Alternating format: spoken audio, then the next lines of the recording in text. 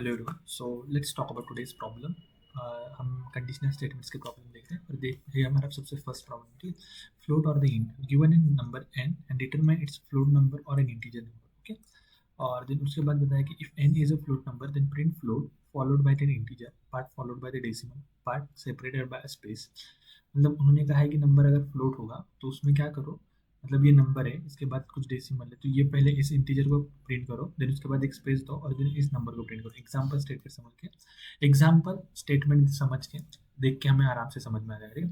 Second है, if number is an integer then print the int followed by the integer part and separated by space. See, अभी यहाँ पर देखना कि 234 this is an integer, मतलब उसने लिखा है डबल में लिखो या फ्लोट में लिखा और देन उसके बाद 00, तो अब इसे इंटीजर में कन्वर्ट करोगे, मतलब इसको देखने जाओगे तो ये इंटीजर ही है ना, तो इन 234। बट अगर यहाँ पर देखने जाओगे तो ये देखो 534958। ओके, तो अब ये जो नंबर है इसमें देखो 534 एक इंटीजर है और 958 इज फ्लोट नंबर है ना, तो इसको फ्लोट लिखो और 535 और 0.958 लिखना है। ठीक है, तो ये प्रॉब्लम है, तब इसे सॉल्व कैसे करेंगे, तो सेकंड एग्जांपल से लेते हैं। समझो कि मेरे पास एक इंटीजर एक वैल नंबर है, डबल से लेता हूँ मैं, double for a safer side always मैं डबल यूज करता हूँ।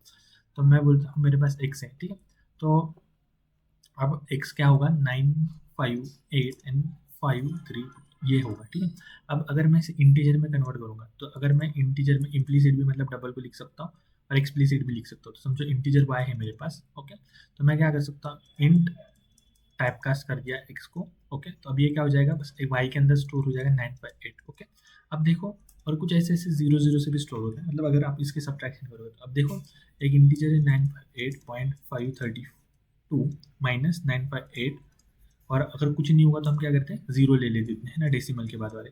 अब इसको सब्ट्रैक्ट करने के बाद यही आंसर आएगा ना हमारा 532, है ना। तो मुझे बस यही देखना है कि अगर मैं y माइनस एक्स करने के बाद नंबर आएगा, अगर वो ग्रेटर देन जीरो होगा,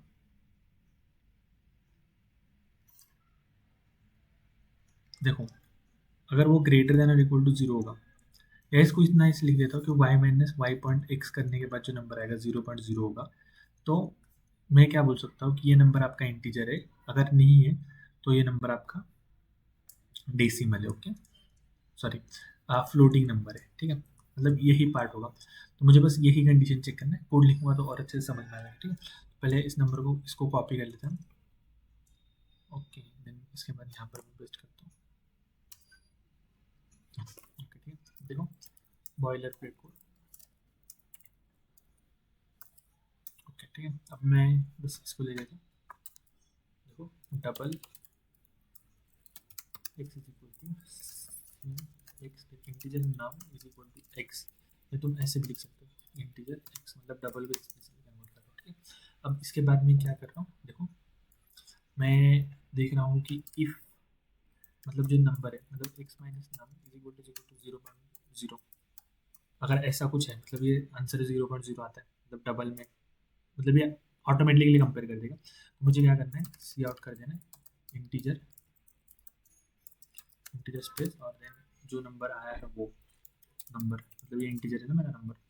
अगर ऐसा नहीं है, एल्स अगर ऐसा नहीं है तो क्या करना है, सी आउट कर दो फ्लोट। ठीक है, फ्लोट, देन उसके बाद थोड़ा स्पेस दो, देन उसके बाद आप क्या लिखो, इंटीजर वाला पार्ट लिखो, मतलब इंटीजर वाला क्या था, नम था, और देन उसके बाद क्या करो, एक स्पेस दो और देन उसके बाद आप लिखो एक्स माइनस नम।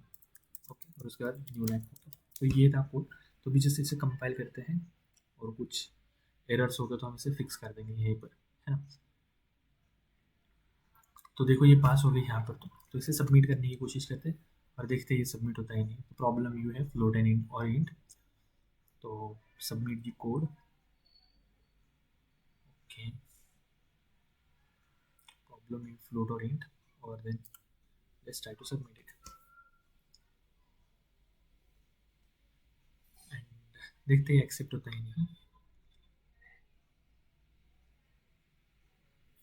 ओके, तो ये इन क्यू चल रहा है, तो देखो ये रनिंग ऑन टेस्ट केस 76, तो होप ये भी एक्सेप्ट हो जाएगा। सो एक्सेप्ट हो गया। So this is all for this problem. Hope you understand the problem very well. Okay, if you have any doubt you can comment it. Bye.